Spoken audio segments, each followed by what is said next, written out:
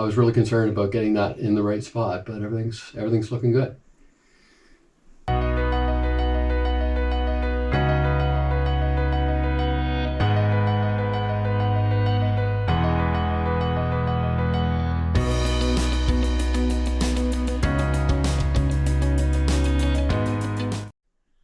Hey guys, I'm putting this chain plate in. I've already got one bolt through.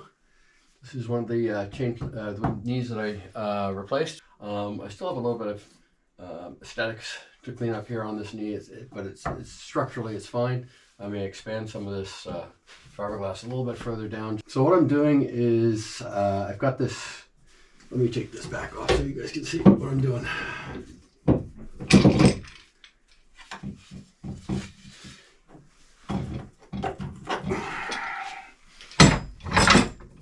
So in order to establish that I'm going through the hole straight, I'm using this little jig, this guide, just to keep the drill bit nice and straight so that when I put all these in, they don't end up, you know, some going this way, some going that way, some going this way. And it would look really bad on the other side where the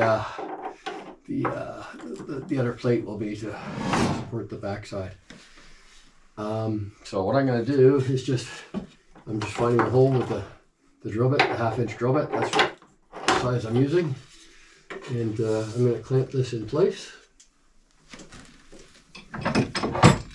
like so. Just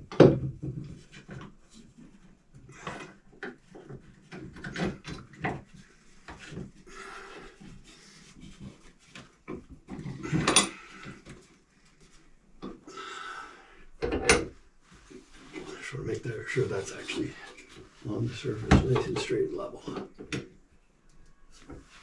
Yeah. I don't know. I'm going to move that back a little bit more. It just doesn't feel quite right. And then what I want to do is make sure that that's going through all the way through the chain plate, which it is. So that'll give me almost like a substitute for a drill press.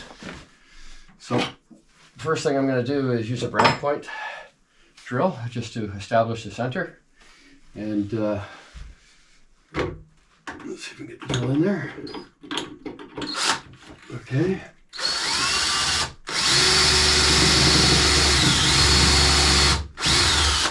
All right, that brad point should give me the center for the other one to follow. I was using this for a while and it seemed to dull really quickly, so it still gives me the brad point, but it won't cut very well. It needs to be sharpened.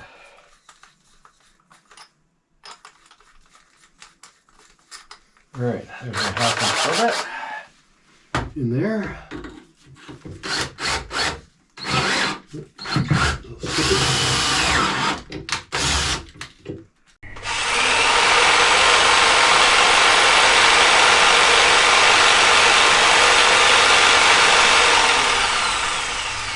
I think I reached the fiberglass on the other side. There we go. And that's that. For now, as these are not the permanent chain pipes, these are the original ones, and I will be making new ones. You know, I did start that project at one point. It's another one of those projects that kind of got left behind. So now, I did have a bolt here a second ago. Alright, so I found the bolt. It fell down behind here. Let's just make sure I get these washers on the right way. Not that it matters terribly much. What I'm going to do as well is to, just to ensure that I don't get any moisture in there, and I don't have any today, is to put a little bit of caulking behind the bolts. Just to ensure nothing gets in there. I've put so much work into these knees that I do not want to have a problem.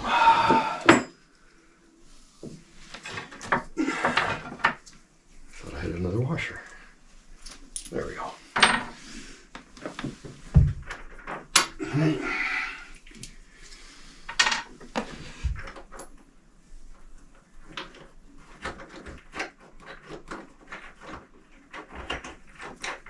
I know the lock washer should be on the other side. I know somebody's gonna bring that up, but again, this is just temporary. Oh.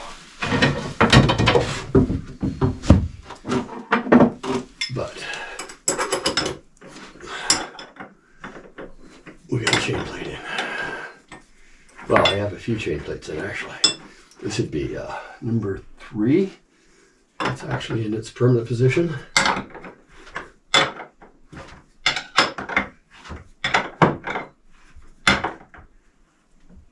And the reason I'm trying to get these in is because when I take the core off the deck, that's what I've used for my reference to give me the angles and the positioning of the chain plate. So these chain plates are within, this is surprising even to me, that went this well. They're within 1/10 of a degree of where they were originally, which I thought it was just fluky with the first one, but they're all, the technique that I'm using is working so well that they're all within, you know, half a degree at the maximum from where they were originally. So, you know, I was really concerned about getting that in the right spot, but everything's looking good. So, the next thing is to cut the core from around this chain plate and start replacing that.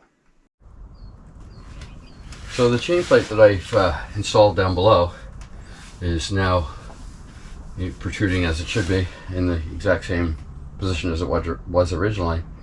And the reason I wanted to get that that chain plate installed before removing this core and the fiberglass is because this is what I use for the reference for the angle of the chain plate, and the angle in both directions, the angle this way and the angle this way. I guess you call that kind of the pitch.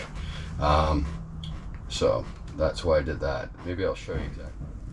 So I've got these 2 pieces of Coosa in place. They're nicely bonded to the inner skin. And I've also raised this portion of the deck around where the chain plate goes, just to ensure that, just another thing to ensure that there's no water incursion. Because as the water kind of comes across the deck, it's not going to be as likely to get into the spot. And what I'll do is I'll sand this all out nicely, and once the chain plate goes in there, then I can fill it with butyl, and I'll put a nice stainless steel plate over the top and screw this into this Coosa. I'm gonna have to put some nuts or some kind of fastener in here to fasten that down and epoxy those in. But that's the plan, and the deck is slowly moving along. One of these days we'll be finished with this recoring of the deck.